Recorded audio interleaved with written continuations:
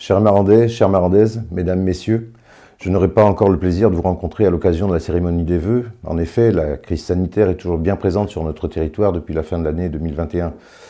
Le variant Omicron, extrêmement volatile et contagieux, se transmet à une vitesse folle et rien ne semble aujourd'hui le contraindre. Comme vous avez pu le constater, j'avais souhaité une cérémonie en soirée avec la présence de tous, y compris vous, chers Marandais et Marandaises, dans la salle polyvalente pour faire un premier bilan de notre prise de fonction et envisager l'avenir et notre programmation 2022. C'est d'ailleurs pour cette raison que vous avez reçu il y a peu à votre domicile une invitation à cette cérémonie que je souhaitais conviviale, résolument tournée vers le bien vivre ensemble, qui demeure selon moi les piliers, le fondement même de notre vie collective, de notre bien commun et de notre patrimoine historique riche. L'heure est au bilan. Depuis notre prise de fonction, vous l'avez imaginé, il était nécessaire de construire, voire de reconstruire des partenariats solides, collaboratifs et participatifs avec l'ensemble des institutions. La première étape fut la convention signée avec l'État concernant la labellisation Petite Ville de demain, ou sous l'acronyme PVDD. Vous avez reçu à cette occasion, et à l'occasion de la première lettre du maire, un questionnaire qui permettra à notre chargé de mission de dresser un premier état des lieux de notre commune, ou plutôt comment vous, habitants de Maran, vous vivez votre commune. J'espère que vous y répondrez massivement pour nous apporter des éléments qu'il conviendra sans nul doute d'intégrer dans notre démarche de projet. L'année 2021 a été une nouvelle fois marquée par la crise sanitaire qui a freiné malgré tout l'élaboration de nos projets. Cependant, l'équipe municipale et moi-même, nous avons œuvré pour votre bien-être et certains projets que nous avions envisagés ont vu le jour. Nos efforts ont principalement porté sur 3 points. La mise en œuvre de nos projets, la structuration d'une nouvelle organisation au sein des services, avec l'arrivée d'un nouveau directeur général des services en mai dernier. Les comptes ont été scrutés, en lien avec notre trésorier, afin d'établir une situation financière encore fragile des mandats précédents et d'envisager ainsi la prospective financière qui nous permettra de valider notre plan pluriannuel d'investissement dès février prochain. La construction de partenariats solides et indispensables pour la durée de notre mandat, voire au-delà. Voici quelques éléments pour que chacun d'entre vous puisse prendre toute la mesure de nombreuses rencontres et thématiques abordées. D'abord, les partenariats avec les services de la préfecture. Pour la construction du projet label Petite Ville de demain, pour le contournement de Maran, pour la possibilité de maintenir les activités sur notre territoire en raison du contexte sanitaire, et puis la signature du contrat de relance et de transition écologique signé dans la salle des fêtes à Maran en novembre dernier. Et puis, bien entendu, des partenariats avec les régions Nouvelle-Aquitaine et Pays de Loire, axés sur la réouverture des haltes ferroviaires à Maran. Les premiers rendus d'études sont très positifs pour Maran. Il faut désormais les mettre en lien avec les mobilités de la communauté d'agglomération de La Rochelle. Ensuite, des partenariats avec le département pour envisager les travaux sur notre commune. Gestion des entrées de ville, rue d'Aligre, réhabilitation du pont de Pierre et de son tapis, avenue de la Gare, aménagement de la zone du port, contournement de Maran en lien avec la préfecture, et puis la rencontre avec Madame la Présidente du département sur notre territoire et le débat avec les élus locaux dans la salle des fêtes à Maran. Enfin, des partenariats aussi avec la communauté de communes Aunis-Atlantique. Pour le centre de vaccination de Maran, dans le cadre du pôle mobilité, l'intégration de circuits doux dans la commune, plus respectueux de l'environnement, une étude relative au retour de haltes ferroviaires à Maran, en lien avec les 2 régions Nouvelle-Aquitaine et la préfecture, et puis l'installation d'un futur ponton destiné à accueillir très prochainement les pénichettes du parc naturel régional. La fin de l'aménagement de la cale, la réflexion autour de la passerelle du Carreau d'Or, avec la programmation de travaux d'étanchéité et la continuité des 2 véloroutes, en lien avec l'architecte des bâtiments de France et les services de l'IBSN. Et enfin, avec les maires du Sud-Vendée, autre partenaire tout aussi important pour moi comme pour vous, pour une entente commune afin de défendre l'intérêt du contournement de Maran aux véhicules lourds, la route de la Taillée, réflexion autour de sa gestion, et puis la gestion et l'entretien du pont des 5 abbés. Des projets, des actions ont été mis en œuvre en 2021 ou sont en cours de finalisation. Nos animations estivales se sont tenues malgré les contraintes sanitaires, la reprise en régie directe du camping du Bois d'Inau, la réfection des quais pour donner un nouveau visage à notre ville, toujours plus ouvert, l'extension de la mairie avec la SEMDAS, la création d'une aire de jeu pour enfants à l'école maternelle Les Lucioles en attente de livraison, la mise en place du premier budget participatif de la commune, l'acquisition de matériel informatique dans le cadre du socle numérique, le remplacement de la chaudière, des travaux de démolition et de sécurisation dans la cour de l'école Jules Ferry, des travaux dans les bâtiments communaux, dont les nouveaux aménagements des bureaux de la mairie, la fermeture volontaire mais temporaire du poulailler pour travailler sur un projet plus respectueux de la poule de Maran, avec plus d'espace et plus de liberté.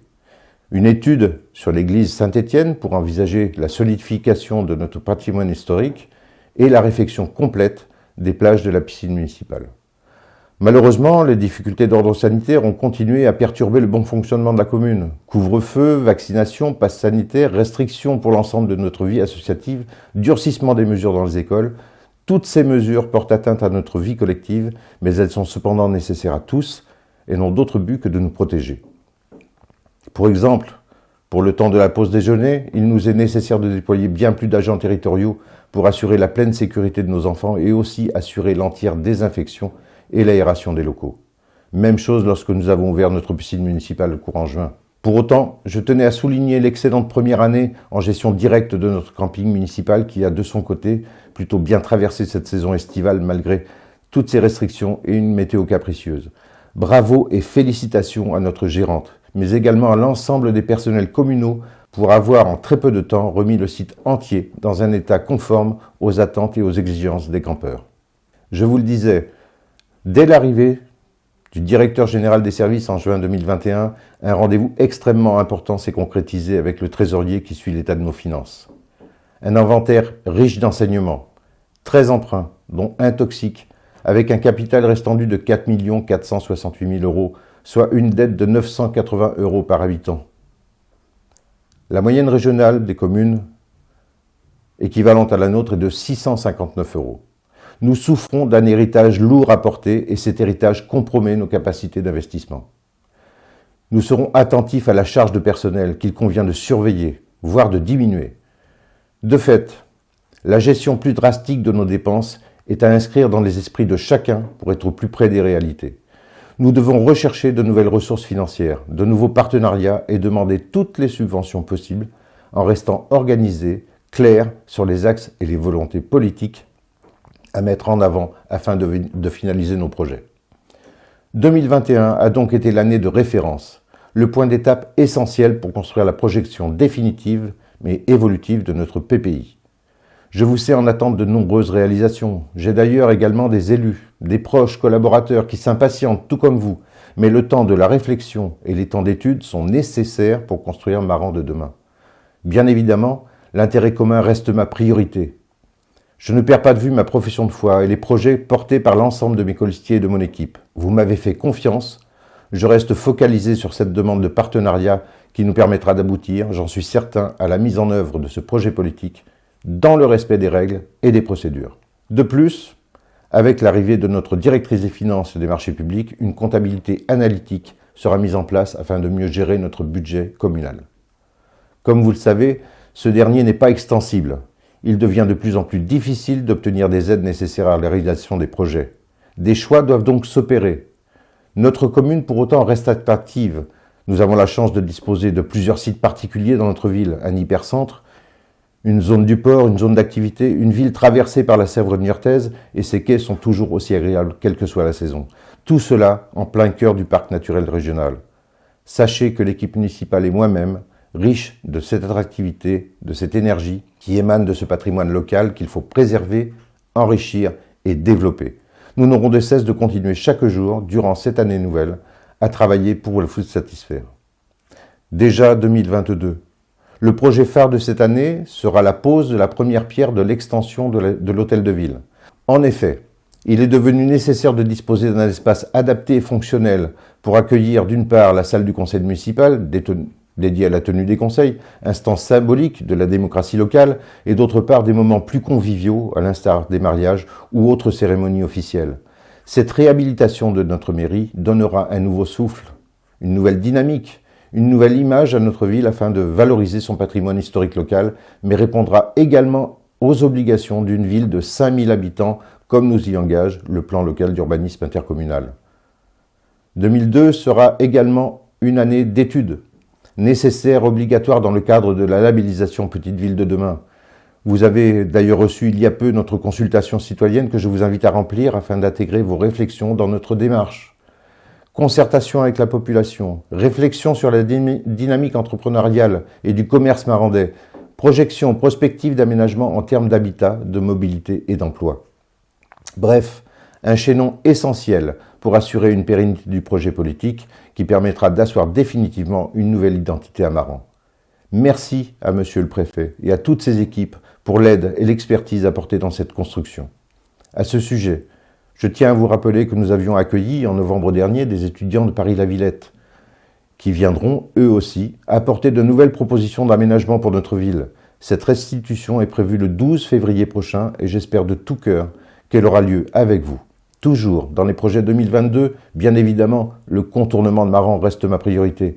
Je tenais d'ailleurs à remercier tout particulièrement la présidente du conseil départemental de la Charente-Maritime, Madame Sylvie Marcilly, et nos 2 conseillers départementaux, Jean-Pierre Servant et Valérie Amimois, d'avoir pris le temps d'une visite sur notre riche territoire. Ce moment d'échange, fructueux et concret, a permis au conseil départemental de la Charente-Maritime d'inscrire 4 millions d'euros au budget 2022 de fonds nécessaires aux études préalables à ce contournement. Le conseil départemental de la Vendée envisage quant à lui d'inscrire cette même somme à son budget. Bien évidemment, les travaux à réaliser sur Maran, en lien avec le conseil départemental, seront également posés avec les techniciens et les élus référents, tout comme les réflexions autour du tourisme de notre territoire. Sur le secteur de la gare, l'aménagement du parc du Moulin est également une de nos priorités. Un parking sera créé avenue de la Gare afin d'assurer une première zone tampon de stationnement, de façon à ce que petits et grands puissent déambuler dans ce parc que je souhaite ouvert vers le Moulin qui, lui aussi, sera restauré. L'ancienne friche protimaire sera également aménagée sous forme d'éco-construction. J'y espère la création d'une 60aine de logements plus propres, plus économes, plus durables, plus respectueux de notre planète avec le souci perpétuel de modifier profondément notre manière de vivre notre ville. Nous sommes actuellement en pourparlers avec plusieurs promoteurs pour cette construction d'ici à 3 ans. Enfin, les discussions entre les 2 régions perdureront pour la finalisation des haltes ferroviaires à Maran. De manière plus large et plus globale, je souhaite que la commune prenne une dimension nouvelle. Et c'est pour cette raison que je mettrai à contribution les commissions municipales pour aménager les sens de circulation en intégrant des circuits vélos adaptés, fonctionnels et sécurisants pour tous. Et puis d'autres projets, tels que la cantine à 1 euro, la remise à niveau des routes et des rues à travers un programme pluriannuel et le forum municipal des jeunes. Je continuerai à soutenir les initiatives des associations, très actives sur la commune, toujours symbole d'une diversité et d'un dynamisme local, des associations qui existent depuis des années, qui apportent à nos habitants la possibilité d'exercer leurs activités sportives ou culturelles en toute proximité. À travers ces quelques lignes, je vous confirme que nous portons des projets pour améliorer notre cadre de vie. La tâche n'est pas aisée, mais je suis confiant en l'avenir de Maran, car nous sommes entourés de partenaires qui partagent cette envie de voir Maran différemment. Si notre mission avance, se construit, nous nous devons à un vrai travail d'équipe. Alors je remercie toute l'équipe municipale pour son implication sans faille dans chaque dossier. Nous formons ensemble une force de proposition et d'action toujours dans la bonne humeur et l'efficacité. Je souhaite également remercier l'ensemble du personnel communal qui chaque jour, avec des moyens parfois réduits, fait un travail remarquable. Chaque service est très investi dans la bonne marche de la commune et nous pouvons compter sur des compétences de chacun pour assurer un service public de qualité et toujours plus efficient. Je souhaite donc à tous une très belle année 2022 dans votre action au sein de la commune, mais aussi dans vos familles et auprès de vos proches. L'année 2021 a été marquée par des difficultés que nous avons une nouvelle fois surmontées. L'important dans nos petites communes est de conserver le lien fort entre nous comme dans une famille. Dans notre société où l'individualisme se développe, nous devons travailler tous ensemble à conserver ce qui fait le bien-être, le bien-vivre ensemble au sein de la cité. Cette notion de résilience prend aujourd'hui de plus en plus sens au sein de notre ville.